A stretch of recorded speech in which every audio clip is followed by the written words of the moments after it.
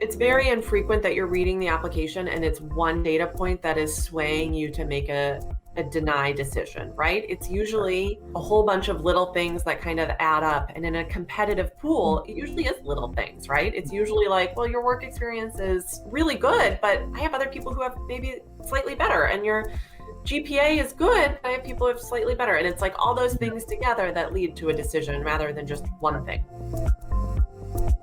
So I'm Sarah Vanos. I'm the Director of Marketing for the HEC Paris MBA program, and I'm here today with Lisbeth. If we look at HEC as a whole, it's a school with a tradition of excellence. So this year, we're 140 years of educating business leaders. So we also have over 40 professional and networking clubs. So that can range anywhere from your typical clubs that you'd see across schools, finance, consulting, and then we have some that are a bit more HEC specific, which would be our luxury clubs. So they're often able to have really exclusive visits, for example, to Hermes to learn about the strategy of the company, or our wine and spirits club where they visited Champagne or Bordeaux in recent years, or our French Connection club. And their club duties are really to make sure that you enjoy and live and understand the French culture to the best possible. So we like to celebrate diversity on campus. So we have cultural weeks, we have all different diversity events across the campus. This is where students come together and they show diversity in any way that they wish. There's a week where MBA students don't have class and they can join tracks, visiting different companies, having presentations by these different companies. So on the screen, you'll see the industry track. So this next slide is talking a little bit about leadership training. So many of you want to develop your leadership skills. You're joining an MBA to take on a more senior role or a leadership role. We try to develop leaders in our program, responsible leaders, and we do this in many different ways. We believe that hands-on leadership development is really important outside of the theory. So we actually have a few different events where we have you practice this. Our flagship event would be our leadership seminar. Yeah, we found that with recruiters or when you're trying to explain how and why you would make a good leader, it's great to have personal examples, and this really stands out. It's memorable, and often if we ask our alumni for one of their favorite moments during the program, it will be this leadership seminar. So you'll see that we have finance companies, consulting companies. You also have, companies from pharma, from luxury, from retail. What this means is that we can have placement across, and whether you're interested in finance, you can consider corporate finance in perhaps a company that's not a finance company, or you could do internal consulting in a consumer packaged goods company. So we're just proud of this diversity because it means regardless of what's happening in the world and what companies are hiring en masse, you'll have different options and be able to explore those. We have alumni in over 132 countries. So actually, HEC, we're very proud of our alumni network. We don't have a prototype candidate. We are looking for wonderful candidates across with diverse experience across professional sectors, across geographies. We really want you to highlight a few elements. So this is more some of the elements that are listed on the right side of your screen right now. So is there any difference between the two rounds?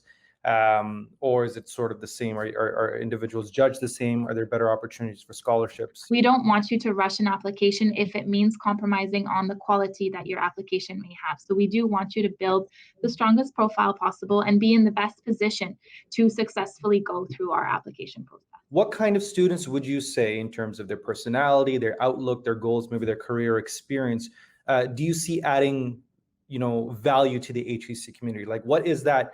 What would you like to see students come to HEC Paris to really contribute to that diversification of the program?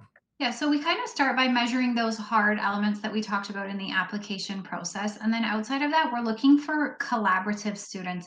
So it's not an MBA where it's going to be uber competitive. We're looking for students that are willing to help each other, help society, give back.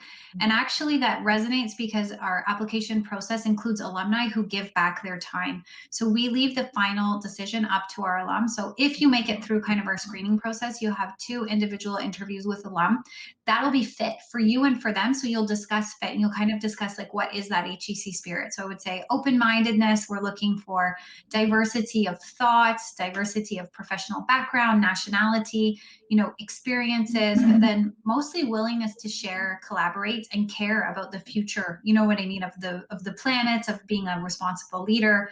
And I would say those are kind of the main elements, but it's a lot easier for our alumni to kind of identify those in the interview process, which is why we leave the decision to them. My name is John Lee. I'm one of the Associate Directors of Admissions for the full-time MBA program. Your career preparation journey is going to be instrumental, and it actually begins with our Parker Career Management Center. Parker provides student support in a three-pronged approach. The first being planning, which includes your interest assessment, career counseling, and workshops. Then the implementation phase, which is things like mock interviews, on-campus recruiting, and finally an assessment, which will help you make your offer decision in terms of like negotiating salaries and future career planning. So you see here a snapshot of our class of 2020 employment. Our top industries you'll see are tech, consulting, and finance. So this is just actually a snapshot of companies that actually come onto campus. Students have a diverse range of career interests, as you saw earlier, in addition to large multinational companies. The capstone project is kind of the highlight of your second year.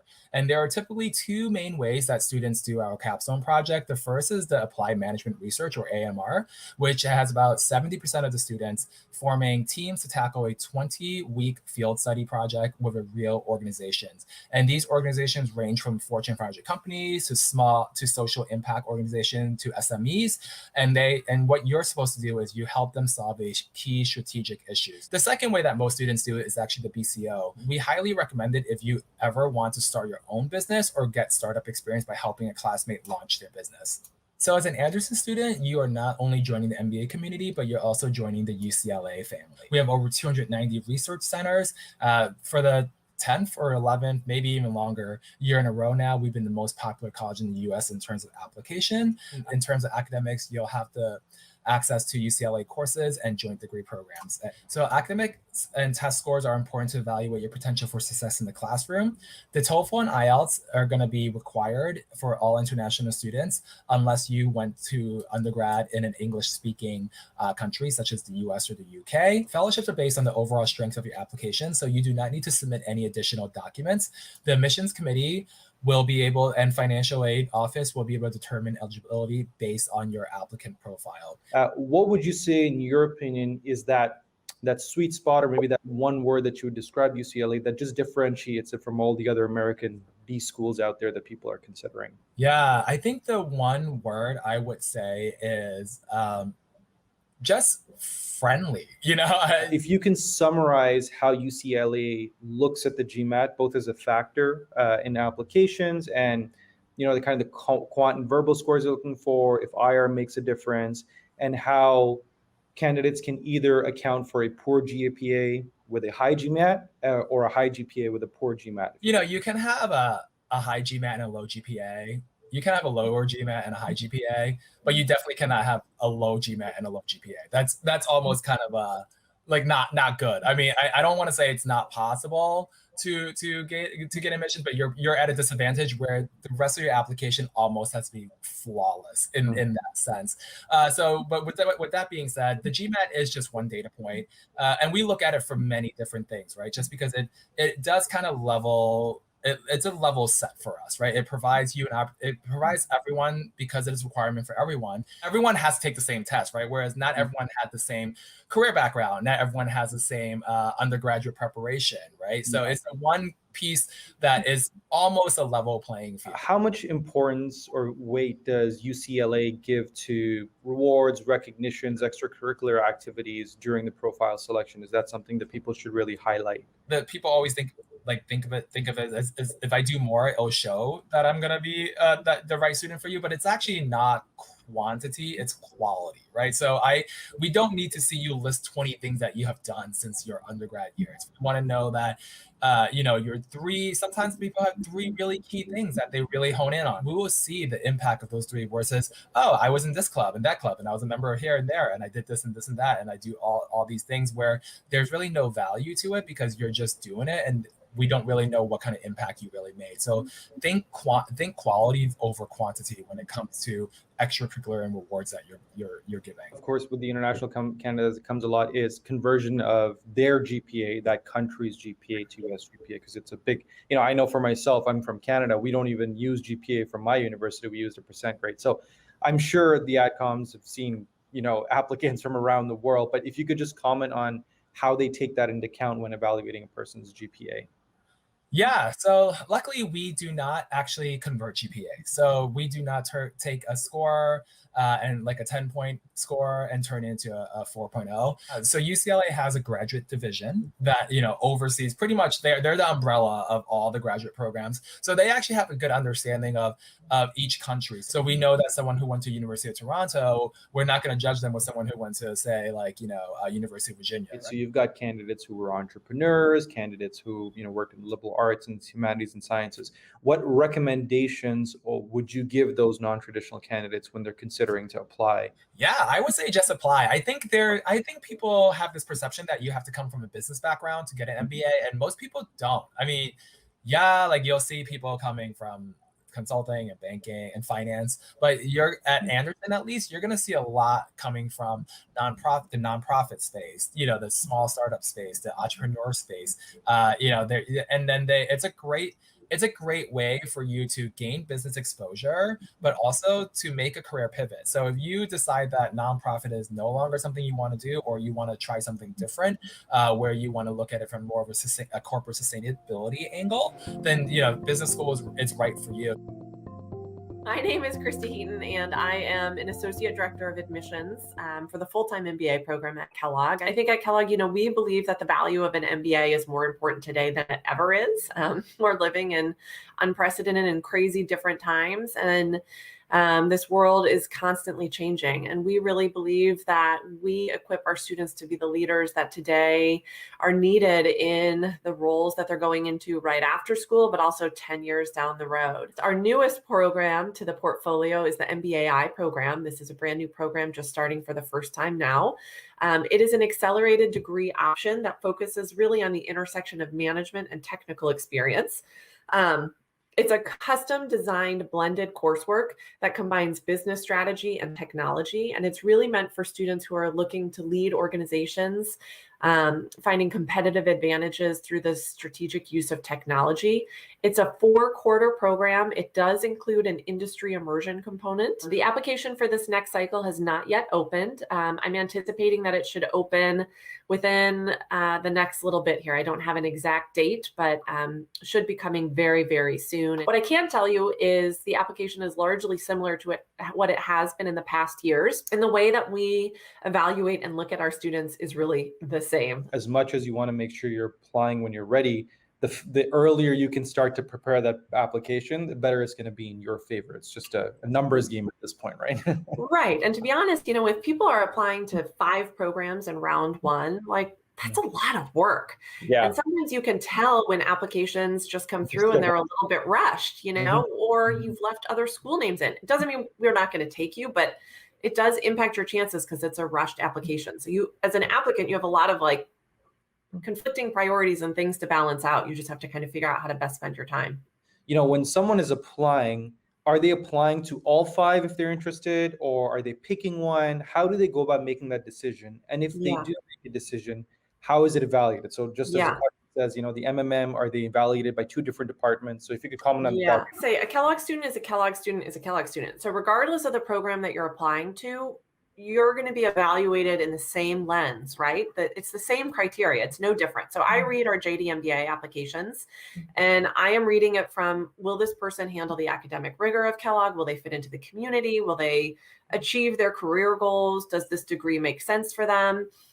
My peer at the law school is reading the application from the law school perspective. Then we come together and do a joint committee, and we make decisions as a joint committee. Triple M is similar. You're going to go through the evaluation process. There's an additional essay question, but really we're looking at it through a Kellogg lens of, is this the right program, and are you the right fit for that program? People ask, are there deal breakers that you're looking at? How do you evaluate non-traditional clients? Is there a cutoff from GPA or GMAT perspective, or is it kind of every case is unique? Right? I would say work experience is probably, I don't know if it's a deal breaker. We read and evaluate every application, but your chances of gaining admission with less than 2 years of work experience is really low. So I think you better know going in, my chances of admission are really low. We're still going to read that application and evaluate it. We're going to give it the full chance, but you need to know you're really fighting an uphill battle. It's very infrequent that you're reading the application and it's one data point that is swaying you to make a deny decision, right? It's usually a whole bunch of little things that kind of add up. And in a competitive pool, it usually is little things, right? It's usually like, well, your work experience is really good, but I have other people who have maybe slightly better, and your GPA is good, but I have people who have slightly better. And it's like all those things together that lead to a decision rather than just one thing. And then no candidate, I mean, very few candidates will kind of be flush, A's across the board, right? There's always going to be the differences between candidate applications. So I don't know anybody who's perfect. Yeah, exactly. So are there any potential disadvantages for the one-year program students versus the two-year program students in the eyes of recruiters because they're recruiting simultaneously? No. I think one-year students have to be, you have to be mindful of what you're trying to recruit for, right? I think the disadvantage could be if you're trying to get into investment banking and you have no banking experience and your two-year peers have done an internship in banking and you haven't, yeah, that's going to be a disadvantage, but you're also going to have talked to the career management center to figure out if that's an attainable next step for you. So we don't see it as recruiters having an issue with kind of program differences at all.